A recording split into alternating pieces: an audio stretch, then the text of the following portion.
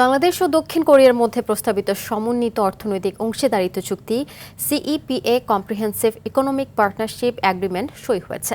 এতে অগ্রাধিকার শুল্ক নীতির ভিত্তিতে সুবিধা পাবে বাংলাদেশের ৯৭% পণ্য। অন্যদিকে বাংলাদেশের বাজারে দক্ষিণ কোরিয়ার ৮৭% পণ্য পাবে বিশেষ শুল্ক সুবিধা। সচিবালয়ে বাংলাদেশ ও দক্ষিণ কোরিয়ার মধ্যে এই বিষয়ে চুক্তি স্বাক্ষরিত হয়। এ সময় বাণিজ্য মন্ত্রী বলেন, ২০২৪ সালের মধ্যে বাংলাদেশকে $১ ট্রিলিয়ন অর্থনীতিতে নিয়ে যাওয়ার যে লক্ষ্য তা অর্জনে দক্ষিণ কোরিয়া একটি ঘনিষ্ঠ অংশীদার হিসেবে কাজ করবে।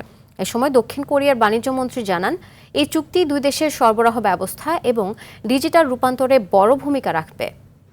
এই সেপা বা আন্তর্দেশীয় বাণিজ্য চুক্তি কোনো গোপন বিষয় না, এটি প্রকাশ হবে, আপনারা লাইন বাই লাইন এটি পড়তে পারবেন এবং আপনারা পড়ার পরে আমি নিশ্চিত যে আমরা এই ফিডব্যাকটাই পাবো যে বাংলাদেশ সরকার মাননীয় প্রধানমন্ত্রী তারেক রহমানের নেতৃত্বে বাংলাদেশের জন্য একটি ভালো বাণিজ্য চুক্তি করেছে, যেটার সুফল আগামী কয়েক দশক ধরে বাংলাদেশ ভোগ করবে।